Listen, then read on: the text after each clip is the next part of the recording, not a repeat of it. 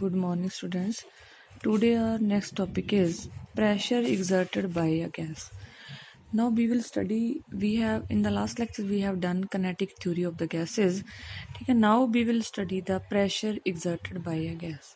Clear? Very first of all, consider we are taking a gas contained in a vessel. Clear? So that we have taken this small vessel that is lying along the x-axis, and the edge of the vessel they are along OZ, means along z-axis, OC along y-axis, and OA along the z-axis. Clear? Now we take let n be the number of gas molecules. N be the number of gas molecules per unit volume, मतलब एक unit volume ਦੇ ਵਿੱਚ ਅਸੀਂ ਕਹਤਾ ਵੀ ਇਹ vessel ਦੇ ਅੰਦਰ ਇੱਕ ਯੂਨਿਟ ਵॉल्यूम ਦੇ ਵਿੱਚ ਸਾਡੇ ਕੋਲੇ n number of gas molecules ਪਏ।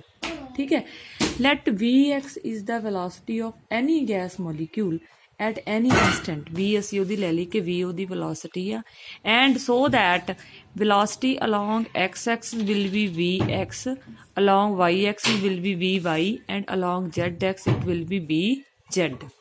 Clear? So that the total velocity v square will be equal to Vx square plus Vy square plus Vz square. Clear?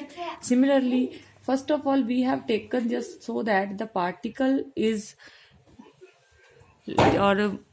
the particles of the gas that are lying in the x-axis direction, we are taking that in consideration for this deriving the formula for pressure. Now first of all let us take the particle that is along x-axis, which has the velocity Vx along the x-axis. So it is moving with the velocity Vx. When it will move after covering some distance, that distance will be Vx into delta t. Let it covers that distance in t. Delta t time it covers the distance Vx into delta t. According to formula of velocity is equal to distance upon time. So distance will be equal to velocity into time. So this is the distance that covered by this particle along x-axis. Now if the particle are having mass m, so its momentum, initial momentum will be mvx and final momentum will be mbx.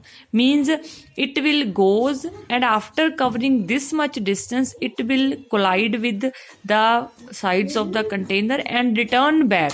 Means its velocity will be same, that will be Vx, but in opposite direction. Means final momentum will be minus of mvx.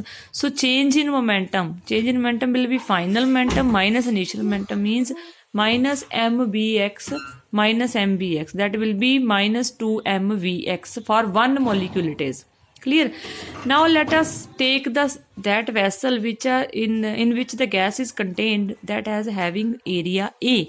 So volume of the gas will be this area into distance. Now distance we know that this is Vx into delta t. So total volume is A Vx delta t.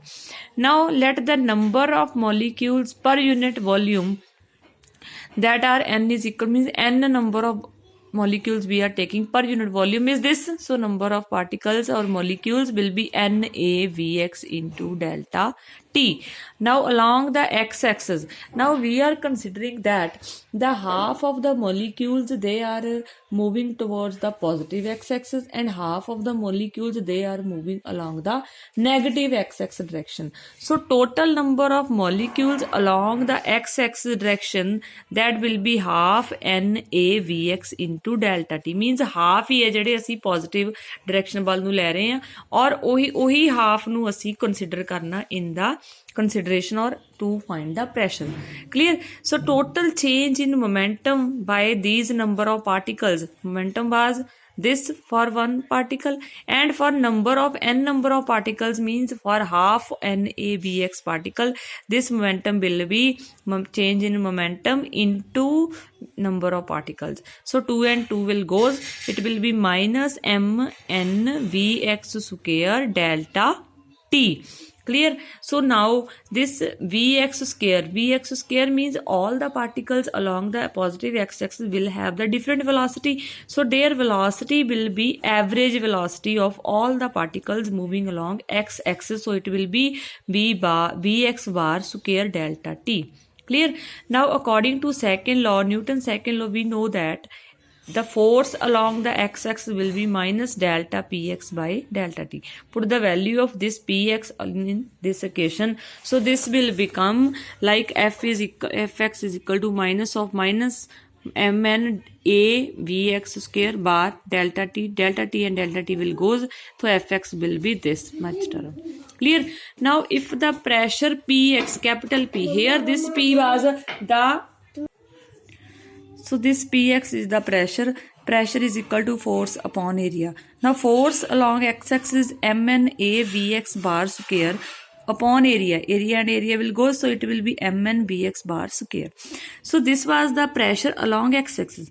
Similarly, if we will take this container, the particle in the container along y-axis also and z-axis also, so pressure will be along y-axis will be mn delta bar mn v bar y square, or pz will be mn b bar z square.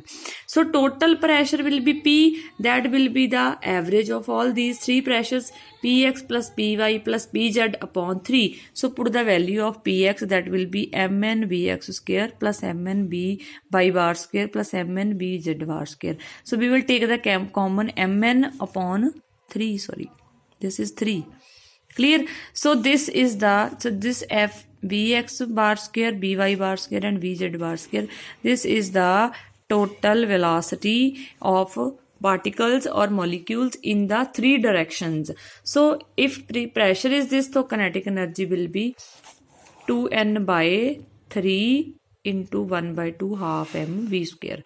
Now we know that the kinetic energy is as the function of absolute temperature. Now we know that half mv square is equal to 3 by 2 kt. Clear? Now it means all these terms are constant, rather kt is not constant. T is not constant. So kinetic energy is proportional to T temperature. It means at absolute zero, if we can say that absolute temperature is 0, so kinetic energy will also be 0. Clear? So it means particle will stop its motion. Means एक absolute temperature ਦੇ ਉੱਪਰ, so temperature 0 degree है, so ਅਸੀਂ ਕਹਾਂਗੇ ਕਿ particle ਹੈ ਜਿਹੜਾ ਉਹਨੇ ਆਪਦਾ motion ਹੈ ਜਿਹੜਾ ਉਹ stop ਕਰ ਲਿਆ. Next is mean velocity of gas molecules. Mean velocity. There are three types of velocity. When first is mean, then root mean square, and then most probable speed. Now mean velocity, it is defined as arithmetic mean. Arithmetic mean of velocity of gas molecules, or it is noted by b bar, or generally it is equal to velocity of every particle divided by number of particle, and its expression, mathematical expression is 8 kt upon pi m. You have to just consider this. Remember this, memorize this, that v bar means mean velocity is equal to 8 kt over pi m under root, where k is the Boltzmann constant, m is the mass of the particles, and t is the temperature. Clear? Similarly, root mean square velocity. Root mean square velocity, it is the velocity of the particles, so that square root of mean of squares of the velocities. मतलब mean लेना किदा, squares of the velocity, then their under root. It means Vrms is equal to Vrms root mean square is equal to V1 square, V2 square up to so on Vn square divided by n or under root. This is the root mean square velocity, and its expression comes out to be 3 kt upon m under root. This is the root mean square velocity. Last one is most probable speed or most probable velocity.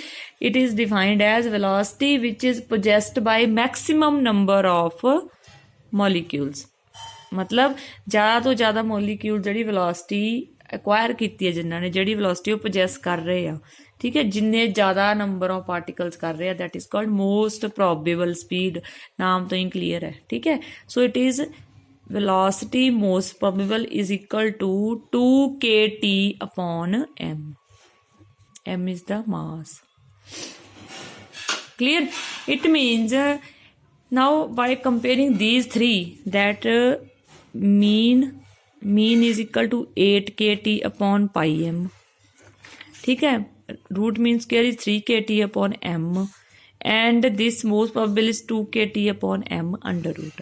So if we will take their ratio or we just want to know the order of their velocities, so we can say that most probable is less, very smallest, less than mean, and this mean will be less than RMS value. Means in general we can say that RMS value of velocity is the highest velocity in between three of these. Clear? Next is Avogadro's law. Avogadro's law. Avogadro's law. It states that equal volume of all the gases under the